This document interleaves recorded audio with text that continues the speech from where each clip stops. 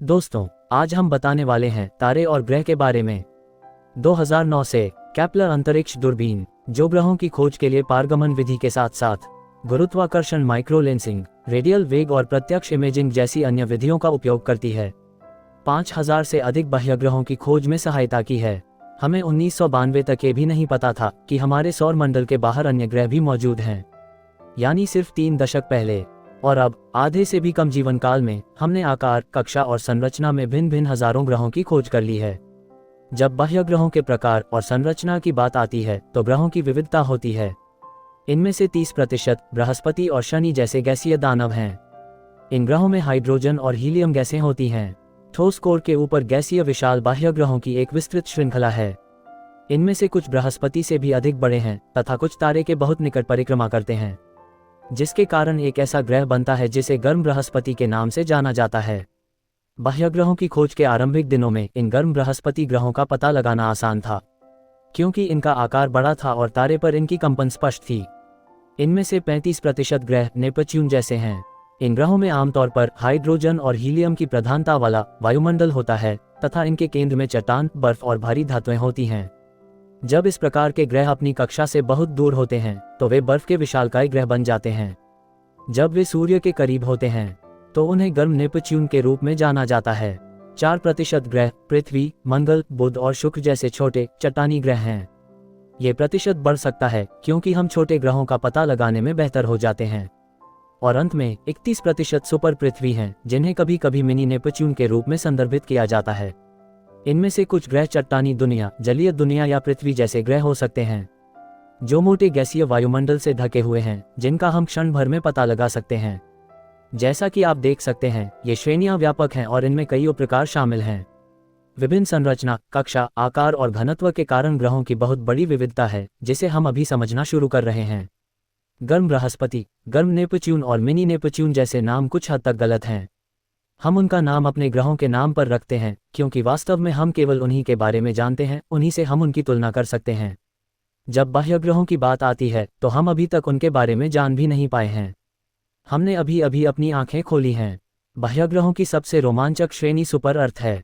जैसा कि बताया गया है, खोजे गए बाह्य ग्रहों में से 31% अर्थात 5200 में से 1592 सुपर अर्थ हैं तथा उनमें से कुछ अपने मेजबान तारे के जीवन योग्य क्षेत्र के भीतर परिक्रमा करते हैं। रहने योग्य क्षेत्र वह है जहां ग्रह की सतह तरल पानी के लिए बिल्कुल सही तापमान पर होती है, न बहुत ठंडी न बहुत गर्म। ऐसा माना जाता है कि इनमें से कुछ सुपर अर्थ पृथ्वी की तरह चट्टानी हैं। कुछ ग्रह गैसीय हैं, जैसे कि यूरेनस, और कुछ दोनों का संयोजन है, जबकि गैसीय ग्रह जीवन को बनाए रखने में सक्षम नहीं हो सकते हैं। जैसा कि हम जानते हैं, चट्टानी सुपर अर्थ या पानी की दुनिया जीवन से भरपूर हो सकती है।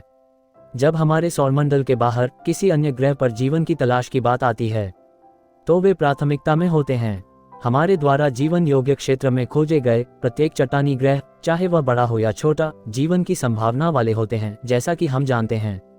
लेकिन सुपर अर्थ पृथ्वी जैसे छोटे चट्टानी ग्रहों की तुलना में जीवन का समर्थन करने के लिए अधिक उपयुक्त हो सकते हैं। और इससे भी अधिक दिलचस्प बात यह है कि खगोलविदों ने पहले ही रहने योग्य क्षेत्र में दर्जनों सुपर अर्थ खोज लिए हैं। हर एक ग्रह पर जीवन की खोज करने या हमारी पहली अंतरतारकीय कॉलोनियों के लिए एक नया मौका है। वे जीवन के लिए महान उम्मीदवार क्यों हैं? खगोल जीव विज्ञानी दावा करते हैं कि ऐसी कई विशेषताएं हैं जो किसी ग्रह पर जीवन को अधिक संभावित बनाती हैं। भूवैज्ञानिक रूप से सक्रिय ग्रह जैविक विकास को बढ़ावा देने में मदद कर सकते हैं। लगभग 80 डिग्री फ़ारेनहाइट का औसत तापमान, उथले पानी के साथ बहुत सारे बिखरे हुए द्वीप समूह के समान क्षेत्र, उच्च सतही गुरुत्वाकर्षण द्वारा उत्पन्न एक घना वायुमंडल जो ब्रह्मांडीय किरणों और सौर विकिरण से सुरक्षा कवच के रूप में कार्य कर सकता है।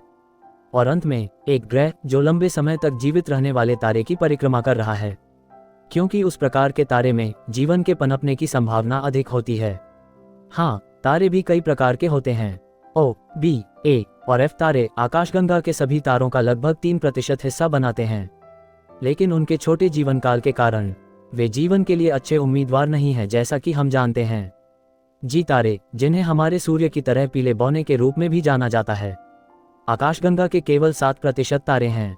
हालांकि जी तारों का रहने योग्य क्षेत्र उनके तापमान के कारण बड़ा होता है, लेकिन यहाँ जीवन की संभावना कम है, क्योंकि के और एम प्रकार के तारों की तुलना में इन तारों का जीवन काल अपेक्षाकृत कम होता है। ये स्पष्ट रूप से संभव है क्योंकि हम जी प्रकार के तारे की परिक्रमा कर रहे हैं, बस इसकी संभावना कम है। के प्रकार के तारे या नारंगी बौने, जो हमारे सूर्य से थोड़े ठंडे और छोटे हैं, आकाशगंगा में 12% तारे हैं और वे 15 अरब से 45 अरब वर्षों के अपने लंबे जीवन काल के कारण जीवन वाले सबसे संभावित तारे हैं। ये हमारे सूर्य से 4.5 गुना अधिक लंबा है। और अंत में हमारे पास एम प्रकार के तारे हैं, जिन्हें लाल बौने भी कहा जाता है। और कहा जाता है वे के प्रकार के तारों से भी छोटे हैं, उनका रहने योग्य क्षेत्र सबसे छोटा है और हमारी आकाशगंगा में 76% तारे हैं। कुछ लोग कहते हैं कि यहाँ जीवन संभव नहीं है। तो दोस्तों, ये वीडियो आपको कैसा लगा?